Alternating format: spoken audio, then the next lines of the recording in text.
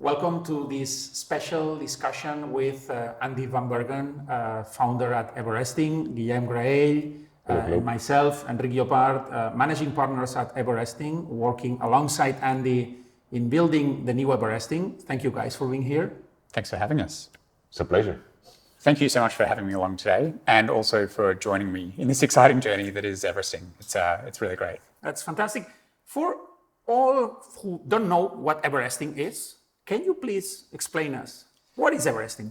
Yeah, I think the thing with Everesting is it's got a very simple concept. So the concept is you pick any hill anywhere in the world and you ride or run or ski repeats of that hill until you've climbed the equivalent height of Mount Everest, which is 8,848 meters, or in American terms, 29,029 feet.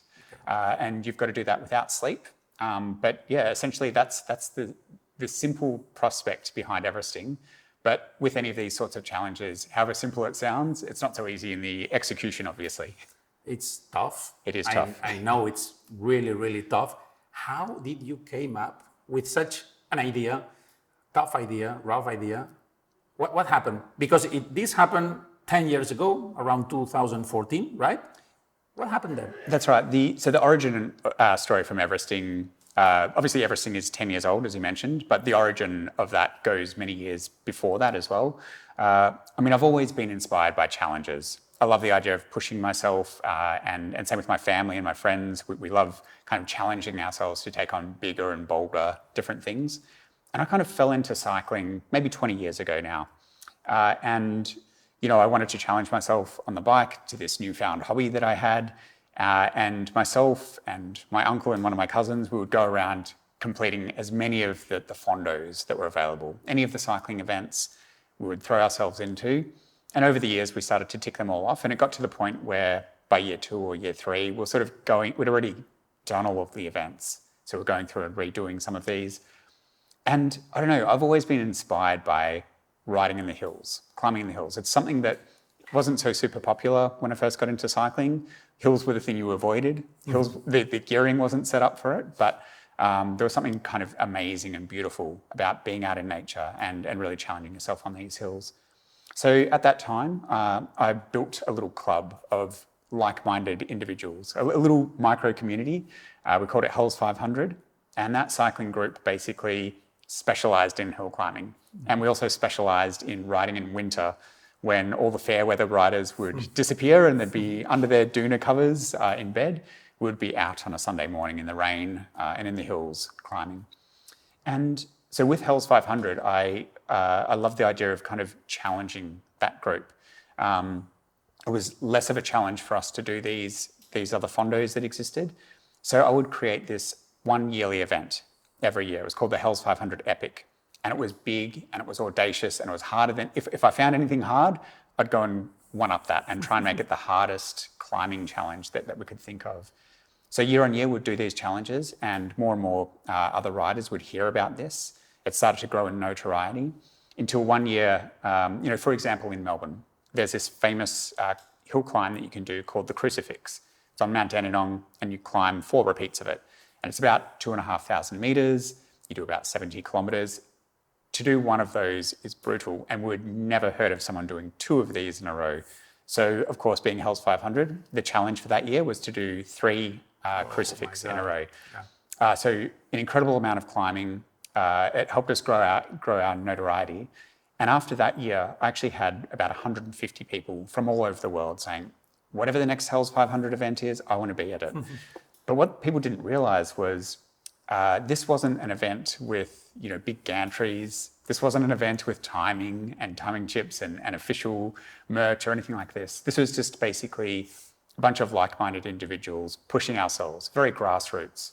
My family, my mum would cook muesli bars, to hand out on the side of the road. And it was my sister who would, hand out bananas and top up our water bottles. And my wife would be driving along in the support vehicle to support us. So even though it was great that there were so many people that were interested in joining this challenge, I knew that it wouldn't be a great experience for them just to fly all the way to Australia, because I had people there's a guy from New York and a few from London and a guy from France, as well as from all in Australia and New Zealand who wanted to come over for these events. So it was at that point that I knew that if this annual cycling event, this epic, was to continue, I needed to be able to have people do this in their own backyard. So I wanted to build a framework that they could replicate. So they could do the Hells 500 challenge, but it didn't matter if they lived in Leeds or if they lived in Lisbon or if they lived in, Langwarrin in Australia. They could do this same challenge there. Now, I've always been inspired by mountaineering. There's something about it, the romance of kind of being in the mountains, that race to be the first, which is just, I find it really mesmerizing. And so it was kind of this combination of hill climbing and this love of mountaineering that kind of led me down the path of finding and focusing on the biggest thing, which is on our planet, which is Mount Everest, the big pointy thing, because everyone knows about Mount Everest. If I go back to some of those big rides that I did, I remember at the time I was working in hotels and I'd trained for 6 or 7 months to do the hardest ride of my life. I turned myself inside out, bleeding from my eyeballs almost, to complete this ride. And when I explained to my office colleagues the following Monday what I'd just done, I said, I've done 7,000 vertical meters and, X amount of kilometers. And they were like, oh, that's nice. And what else did you get up to that weekend? And I was shocked. But the reality is that really kind of hit home to me that, vertical meters might mean something to a subset within a cycling community, but really no one knows what that means, whereas everybody knows what Everest is. So the idea was to pick that big pointy thing and say, okay, well, everyone knows what Everest is, so we want you to climb the height of Mount Everest, wherever you are in the world. So I basically set up the framework for that. I reached out to that 150 people that were interested in coming and said, hey, I've got this challenge. It's completely secret. You can't tell anyone about this. But we're going to pick this weekend in February of 2014, and we're all going to go out and do this thing called Everesting. And we set up a very manual spreadsheet with people who had to choose a climb.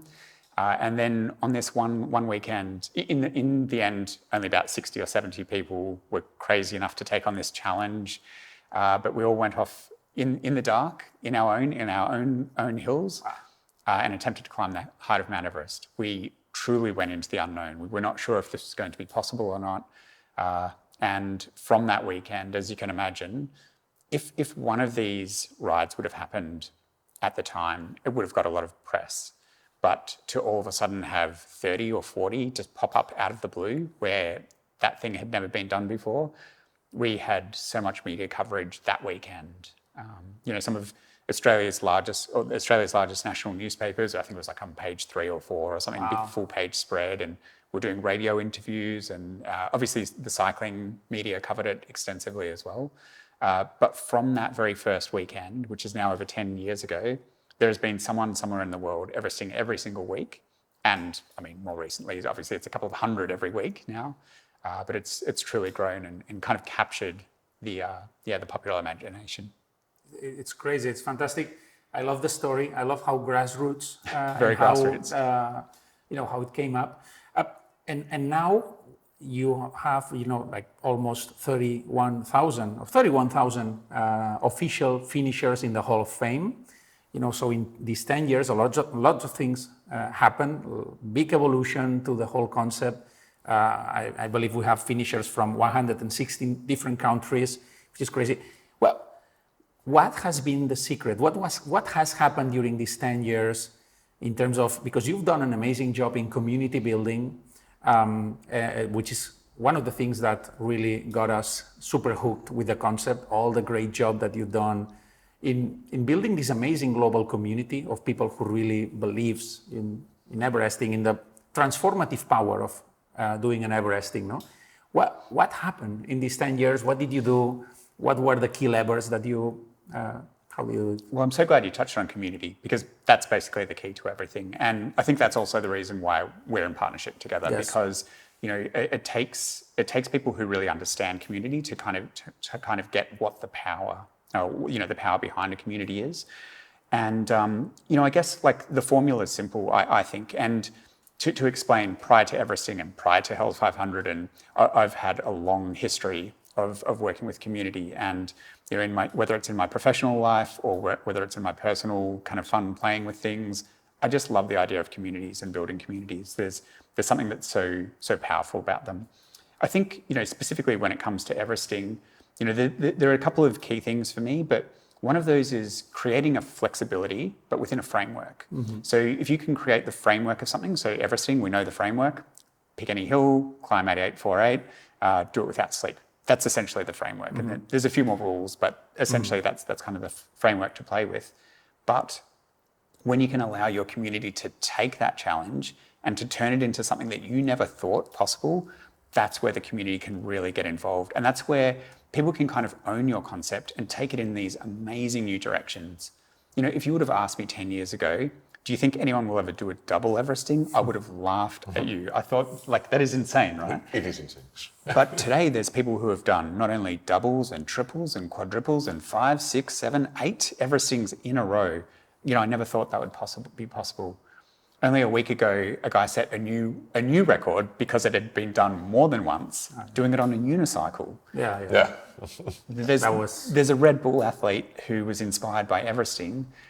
This, by the way, is a guy who swam across the English Channel towing a log and has circumnavigated by swimming around the UK. This Red Bull athlete decided he wanted to do an Everesting on a rope. So he climbed a rope repeatedly until he climbed the height of Mount Everest. I would never in a million years think that that would be possible. But this is where if you allow that flexibility within a framework, you can allow a community to own something and take it in a much more exciting direction than you had ever sort of anticipated.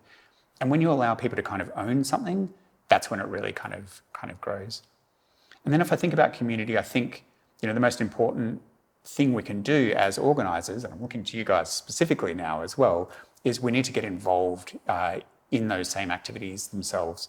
So I've always had a golden rule, which is whenever I call a challenge to our community, I say, hey, let's raise money for XYZ, or let's go and try and, get a new group record for the most amount of people, or there's this platform called Zwift, let's all do a virtual Everesting.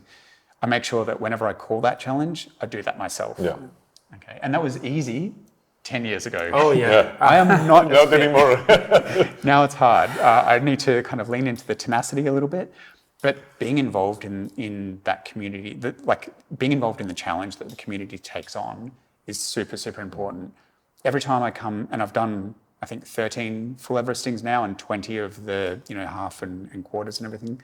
Every single time I finish one of those, and it gets harder and harder, every single time I finish one of those, I come away with a deeper appreciation of what this community is about, the power of what this challenge can do to people.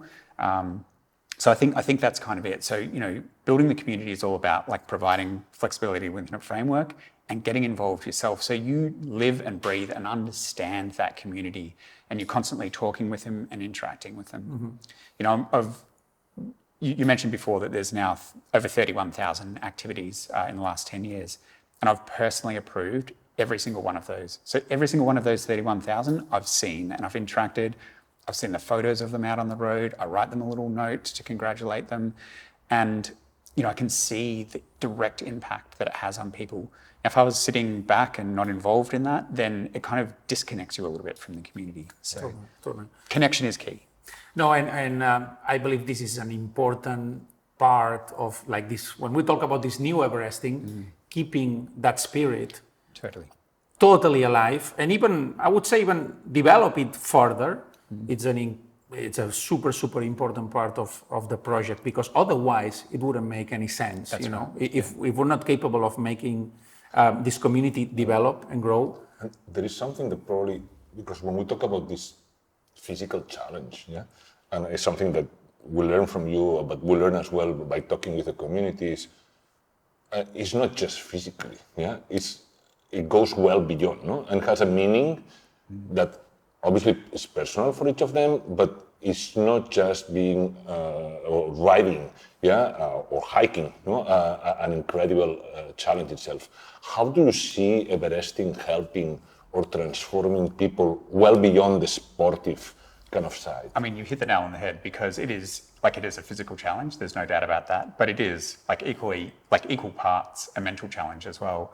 To take on something like this takes something special. It takes a special type of mindset as well. And again, every single week, because I touch these, I see the impact that that has on people. I see how it can transform. And, you know, when I say it changes people's lives, that's such a cliche, right? But it is true. Yeah. You know, I get comments every single week with people that it's helped them, you know, tick off a challenge which they'd heard about years ago and have been able to work toward and finally overcome. It's helped them to overcome some adversity or to raise money for a charity or, you know, to overcome something that they're dealing with in their life, whether it's the loss of a loved one or a sickness or something like this.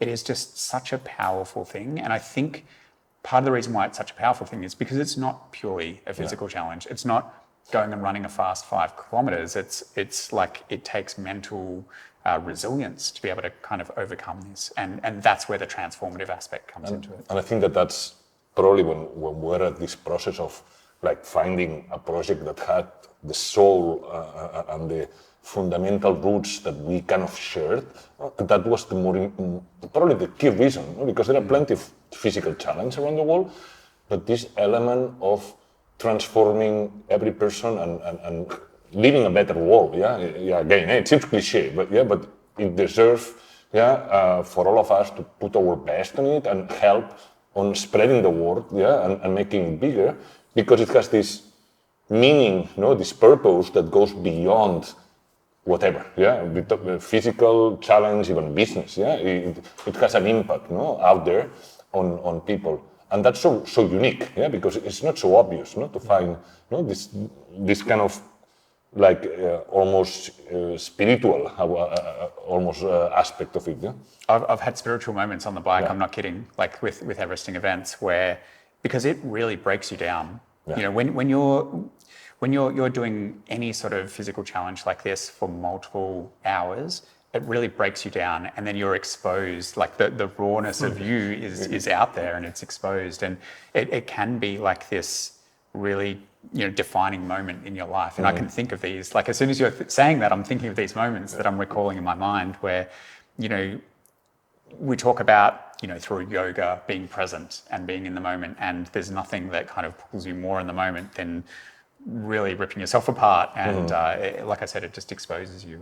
And it's quite incredible. That's so unique. No, absolutely. Tell us about, you mentioned before that you manually have approved 31,000 finishers. Tell us about this amazing Hall of Fame that you built, where all the finishers are in there and they can find themselves with all the data, the Everesting that they have done, etc., the activities and everything, and that you have gone personally through all the approvals. You know most of them by name. At least they know you. And they know you. Sometimes curse me. Yeah. So it's a really interesting initiative. Tell us about how that came up, and you built it, and you developed it, and it is what it is today, which is amazing. I think, again, it comes back to that idea of, even I always knew that recognition of something really special like this is super important. And again, it comes back to my experience with my colleagues who knew nothing about Everesting or cycling. Sorry, it was before Everesting, obviously, but they knew nothing about cycling and didn't quite gel with the numbers. I knew it was really important that there's this special place that recognises these incredible athletes and athletic achievements. So from day one, there was always a Hall of Fame, which is what we called it. Of course, back then it was a spreadsheet running. It was the craziest. You should use the Wayback Machine, actually, on Everesting. I did it, and it's incredible. It is archaeology. It's embarrassing for me, but I think check it out. It's quite cool. But from day one, it was really important that such an important and monumental effort was given it was put on the pedestal that it deserved, and people could share that with their own communities. Because again, this is a really interesting thing about Everesting. It's not one person doing it. Yeah. There's this halo around every single Everester. The old saying, it takes a village to raise a child. It's kind of almost the same with Everesting, whether it's that person's club that they're associated with, or the people they ride or run with, their family and their friends and everything like that. It's really this kind of halo effect. So the Hall of Fame was basically an idea to kind of bring all this together and to celebrate that achievement. And as you said, like each one of those 31,000 people, I've manually checked to make sure that they've done this, given the stamp of approval. Thankfully, not too often I've got to say no, but I have to say no sometimes as well. But I guess, when that gets approved, then all together as a community, we can kind of celebrate that achievement. And yeah. I have something linked to that I find it quite interesting. We're on a moment that the world focus on understanding what separates us, no? What makes each of us different. No? The fact of having 116 countries, it means that there is something on Everesting that brings it together across, yeah? Because probably there are, 80 different languages, yeah? Different backgrounds, different religions, yeah? So there's people of all the different areas of the world having something in common, yeah? That Everesting is bringing them. What is this element that travels or is so appealing across different cultures? What do you think? Well, I mean, I think, again, this is such a big and monumental challenge, and particularly in the early days of Everesting, we were talking with a very, very small community of very extreme riders. And I think as this idea of kind of endurance in cycling and running is starting to really grow and blossom, we're seeing more ultra races and rides. Gravel racing has kind of helped with that a little bit as well. And Everesting's played a really big part in normalizing this sort of ride. I apologize to anyone out there because honestly, 15 years ago, you could have done one of these rides and everyone around the globe would have talked about it. Now it's kind of, you need to do 12 in a year. You have to do 12, yeah. So that idea of kind of, that's the thing I think that kind of bonds people. It really is a community of like-minded souls.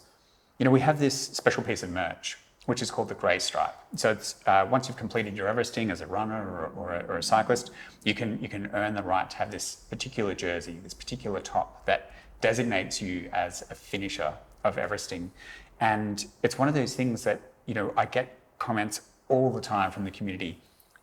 This is my special kit. I ride it only on particular weekends when I want to go hard or whatever. They wear it to events and they say the amount of people that come up and say, oh, you've done an Everesting, and it sparks this conversation. It really is this amazing thing to kind of unite people, because I guess it's, even though people have done these in different locations, it's this collective shared experience. Yeah. And that experience of an Everester is something that you share, whether you did it in Kenya or you did it in, South Africa, or you did it in Melbourne. Yeah. It's that same thing that bonds you. You've been through the same, drive yourself hard. The suffering, the experience. To your earlier point about community, that shared experience is the thing that just brings people together. And I think also, like moths to a flame, for people who are just kind of in the consideration phase or kind of stepping through Everesting, whether it's a quarter Everesting or a half Everesting on their journey to do a full Everesting, they're exposed to that community and they see the power of and kind of the pull of that. So like moths to a flame, they're drawn to it. And basically, until now, most of the people who have completed Everestings, they are more maybe into cycling, no, than into other. But it's important to emphasize that Everesting is going up. No, it's no matter how. In search of up. In the search of up. No matter how, you can do it riding a bike. You can do it running. You can do it hiking. Mm-hmm. You can do it skiing. Rope? No, the rope stuff. You can going up and down stairs. Actually, I met someone the other day who did during the pandemic one. Going up and down the stairs in their building. So tell us about that. So I understand that because it was born as a cycling thing, the community has mostly developed in cycling, but there's a full range of different activities and modalities that are there, no? And maybe running is coming more and more. No, I'm seeing more and more movement into running. Hiking is also very interesting. So tell us about those different modalities and how is that playing out? So it was born, the challenge was born from cycling, but I think pretty much from we were 3 weeks old or something, and someone came to me and said, hey, I know you did this is the thing on a bike, but could I do this on foot? It was a guy out to the east of Melbourne from me. I actually Everested on a similar, pretty much parallel to where he did his run Everesting for the first time. And I was like, you can go for it. I don't know if it's possible. But that's the whole point of Everesting, pushing yourself beyond what you think is potentially possible. So yeah, running was actually something that got adopted very, very early on in the piece. And like you said, the running component of the challenge is growing and growing every single week. I guess for me, with cycling, I saw a real kind of development over the years where, first of all, people hear about the concept and then it kind of infects you, and then you think about it and you go on the journey to maybe through training to build yourself up, and then you go and eventually do one, or you hear of someone within your network that's done one. And I guess, those same initial hallmarks that I saw with cycling, and I'm talking like 7 or 8 years ago, I'm starting to see with running now as well, where it's getting picked up by running endemic media. There's pro runners that are doing it. People are trying to set records, whether it's, in terms of the amount of vertical that they've done or faster ascents. And it's starting to kind of also enter the common running vernacular. Because in cycling, you can talk to a lot of cyclists, casual cyclists, and they will have heard of the Everesting concept. And that's starting to happen in running now. So for me, the exciting thing is seeing those same markers that I saw with cycling happening in the running space. Yeah, that's fantastic. So, and then fast forward to from 2014 to 2023, no? Where were you back then? What happened? And because we get in touch, we started to talk.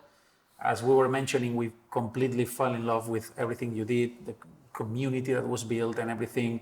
We have been working at the sports industry, FC Barcelona, other partner in MotoGP, and we know how important it is, the power of community, the power of building that special relation with something, that almost emotional, or not totally emotional connection with something. So we saw that there was something really powerful in there. Where were you 2023, and how did this new Everesting sort of came to life? Well, I think the thing with Everesting is all of the growth that you see, and that's the 31,000 entries in the Hall of Fame and exposure on like not only cycling endemic and running endemic publications, what we'd expect to see that in kind of sporting publications, but in general media as well. And I'm talking New York Times and Wall Street Journal and BBC and NBC and you name it, like it's been covered by general media as well. We've had pro riders and pro cyclists and pro runners completing this challenge. All of that has happened organically. And the thing that's kind of held back the growth of this community and held back Everesting realizing its true potential, and the potential is huge, is the limitation of resources. And I'm talking time resources.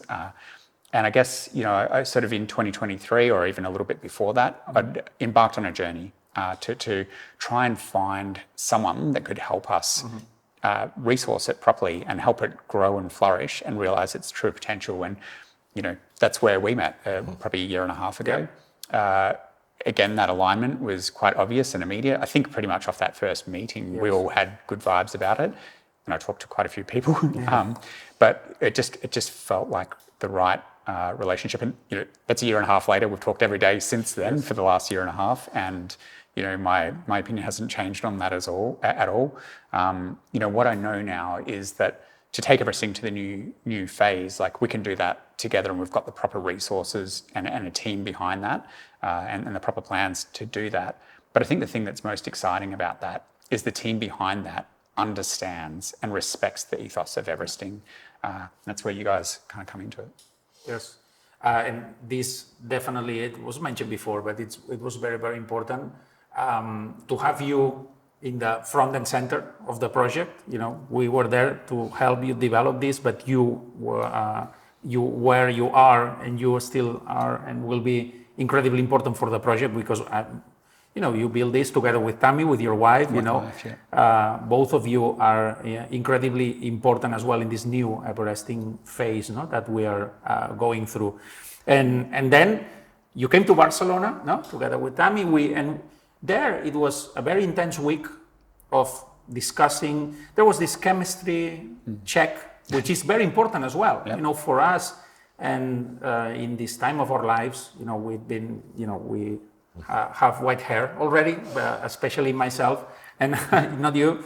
But we wanted to get involved in a project that was really super energizing to us, work with people that we feel super connected with. That was very, very important to us. You came to Barcelona, we spent a week together, we get to know each other, and we started to design and define what this new Everesting thing could be. I believe it was a very interesting sessions, and I believe that from that trip, we all knew that this was going to happen, and we all knew that we're going to move forward. Then we needed, as you were mentioning, resources. So we have raised a little, we've done a small fundraising thing to get us a little bit of funding for this initial phase. But now we are in this, building this new Everesting thing. Which do you believe, and this is maybe an open question as well for you, Guillem, for both of you, are going to be the pillars of this new Everesting? I think, and probably it's more right that I say so than not Andy, is the most important thing is that this new phase, we keep what's so important and we fall in love with Everesting. And that is this community and purpose that is within the challenge, within the concept, and that stays true.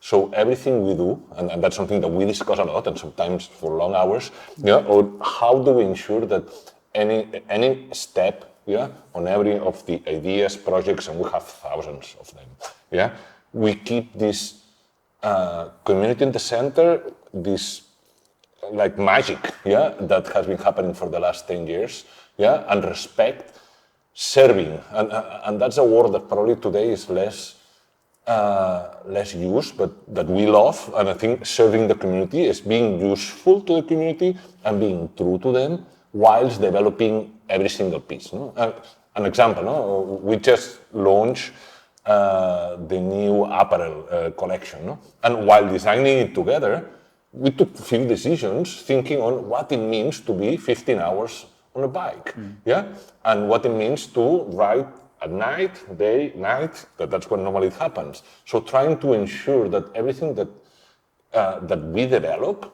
on ideas, digital, physical, events, merch, all different things are useful, and they are thought on what are the true needs of this community that is global, but they share this passion for the Everesting challenge. And I think that for me, that would be the key idea that every day when we wake up, we should never forget that's the reason why we're here.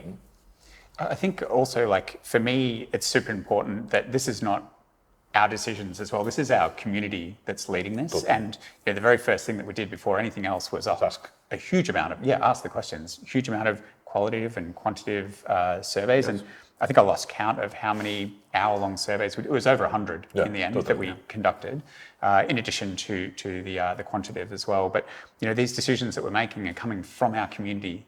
All these, the key pillars that you're talking about, these are the things that our community is saying, this is what we want. In the next phase of Everesting, this is what we'd love to see. So.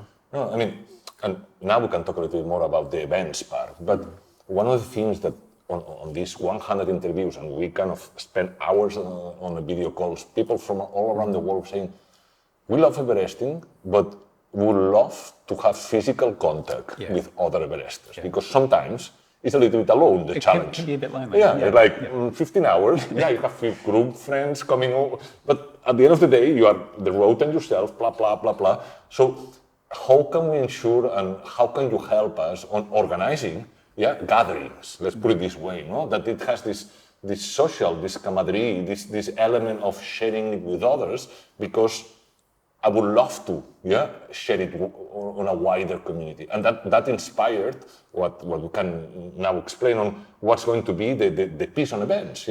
But that was not because we thought that we could do events.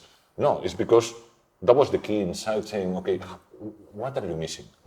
And that was there, I want that this community is not only in the digital world, but as well that live physically. We want to meet. We want to be able to connect. With others, to get to know who is around. That we can go and train together. This kind of elements that today we are developing or thinking are not coming from a book, are coming from them. No? Totally. I believe that this bringing value to the community, it's the key driver for us, plus inspiring people who is not part of the community to join the community. Totally. Because there's plenty of amazing things to experience if you're part of this Everesting community. And again, you can do a full Everesting, but you can do a quarter, you can do a half Everesting, and you will be part of the movement. No? So the obsession is exactly that, no? Bringing value to this community and inspiring others to join us. Absolutely. And I think there's a nice discussion that we have been having on how do we ensure that we embrace more people in, because we believe that the transformational power of it is so powerful, that getting more people in will be good, will be a good thing, no? And how do we design path, no? Or different doors, or different ways of experiencing Everesting that go beyond the pure and actual Everesting, full Everesting 8848 or the Rome or the 10K and so on, no? And how do you see that, Andy? How do you see that evolving, and while keeping this element of myth almost, no? Everest is a myth, I haven't seen it physically, but I have it so present, no? In our minds. How do you see that balancing out? Yeah, I mean, look, the driver for this is very simple, and that is that amazing experience that we see reflected by our community when they're talking about Everesting, that experience is the thing that we want to infect as many people as possible with. You talked before about the 116 countries that are represented by Everesters at the moment. So we've got this great geographic diversity at the moment, and I think the challenge for us is to find a way to create kind of athletic diversity, if you can. So people, regardless of their athletic ability, can still have a taste of what it's like to participate in Everesting. It's the thing that informs, these future events that we're going to run. It's the thing that informs, the technology behind some of this as well, where we can kind of create a more inclusive environment. But as you said, still with that pinnacle being, the full Everesting, the 8848, there's kind of sanctity. But, I embarked on a marathon this year. It's the first time. I'm not a runner. I did the full, 10 months training for it and everything like that. And I didn't go out and just do a marathon the next day. It took me quite a while actually to work up to 5 kilometers. And then once I did that, I did my 10K runs, and then I did eventually a half marathon and worked my way up. And similarly with Everesting, we're not expecting people to just jump in and complete a full Everesting, but, to even embark on that journey is super important. If I go back to the running for a second, there's this incredible community in Australia called Park Run, and they meet every Saturday morning to do a 5-kilometer run. And there are people that will do that run in 15, 16 minutes. And in the same event, there are people that will take 1 hour to do that. Maybe they've got inclusive, no? Yeah, it's very inclusive. And I love that idea of all of those people that are at that park run, a couple of hundred people in this one location, they're all bonded by that same thing. They all talk to each other with the same level of respect. They're all inspired by that same thing of connection with nature and pushing themselves. But they're pushing themselves whether they're completing that in 45 minutes or 30 minutes or 15 minutes. 15 minutes is ridiculous, by the way. But I think it's really important for us to do the same thing with Everesting, that, we're welcoming, we're still guided by that kind of, the key principle. So we talk about the apparel, the new apparel collection. We are also cooking events, no? I don't know, Andy or Guillermo, what can you tell us about, what can you share, no, with the community about the events that we're cooking? Well, we talked before about, those two key sport types, I guess, that we're seeing in Everesting. So obviously there's the cycling, it's where the challenge was born from, and this growing market in running. And so with events, that's where we're kind of obviously focusing our attention as well. But with that idea of kind of being inclusive, and with that idea of, there's a lot of these solo warriors doing Everesting, and we want to find a way to kind of connect that community. Again, if we're talking back to the needs, the thing that our community is asking for, it's they want that connection with others. So if I start with cycling, for example, rather than just opening up a road for 24 hours and everyone's doing their solo Everesting. We've instead come up with this teams concept. So as a team of 4 or more, you'll collaboratively climb the height of Mount Everest. So it might be that you do a quarter of an Everest each. And rather than a relay, you're doing that at the same time as well. So you're sharing the road with your friends. Obviously, you're pushing yourself for this challenge, but it's equal parts fun as well. And a big part of that particular event is the party atmosphere that's kind of created. So, taking on this challenge, you're riding with friends or colleagues, and you're kind of sharing this experience and connecting with others. Then if we talk about the running side of things, and by run, I use the term run, but really we're talking walking, hiking, jogging, running, whatever level you're at. So with the running event, we've got this incredible location out in Ordino that essentially the idea is we're opening up a track for 48 hours. There's the most incredible base camp that you've ever imagined. And I'm talking like glamping, fancy tents and, full board and everything. So meals are included in everything. You leave your base camp, you go climbing up this trail. You've got a chairlift to take you back down because we've got to look after knees. And you have 48 hours to complete that challenge. Now, it's up to you what your strategy is with sleeping in that beautiful accommodation or whether you just go straight out. There's cryogenic chambers to help restore you. There's masseuse as well, obviously. It's a really incredible experience where we want people to kind of tackle this challenge, but be supported and again, connect with community. You're not doing this alone, but you're surrounded by this incredible community of people that are driven by this like-minded approach. Mm-hmm. You were discussing this before, events as being a very central part of bringing the community together. At the same time, considering it's a 116 countries by now community, having a very strong digital ecosystem is also incredibly important for us, because at some point that needs to be where everybody somehow meets, shares experiences, etc. You did an amazing job building initially that ecosystem with very limited resources. We are now trying to upgrade that ecosystem, because we believe it's going to play a very central role. We just had a new website, that first version of the website, where we are going to be putting a lot of emphasis on helping you prepare for an Everesting. It's not only about the recognition, which is also coming, Hall of Fame. We are now cooking a new Hall of Fame that is going to be fantastic, based on the feedback that we received from the community on how could we improve the Hall of Fame. New Hall of Fame is going to be amazing. But we started with the website, and we started, and you will see more and more how this prepare, how tools, people, coaches, and stuff that we put in the service. Again, this is about servicing the community, bringing them value. And we were seeing that we were probably not covering enough that prepare your Everesting thing. Also, it helps you, it helps decrease barriers of entry, because, if I have this resource, this coach, this whatever, maybe I will feel more like, that I can do this. I'll jump into the challenge. So building all this digital ecosystem is also a very important part of the journey that we're doing, trying to provide more personalized experiences to each and every one of the Everesters, because we're starting to have more and more. Today we have a lot of cycling people, but runners are coming more and more. Yeah. People are in different levels of development in their relation with Everesting. Some are full Everesters, others are starting their journey with us. So having that properly built, it's also a very important pillar of this project, and we're working on that. And then we have tours. Again, we're talking about experiences to bring the community together. And share it. Well, exactly. Again, on this insight on sharing and as well having fantastic experiences.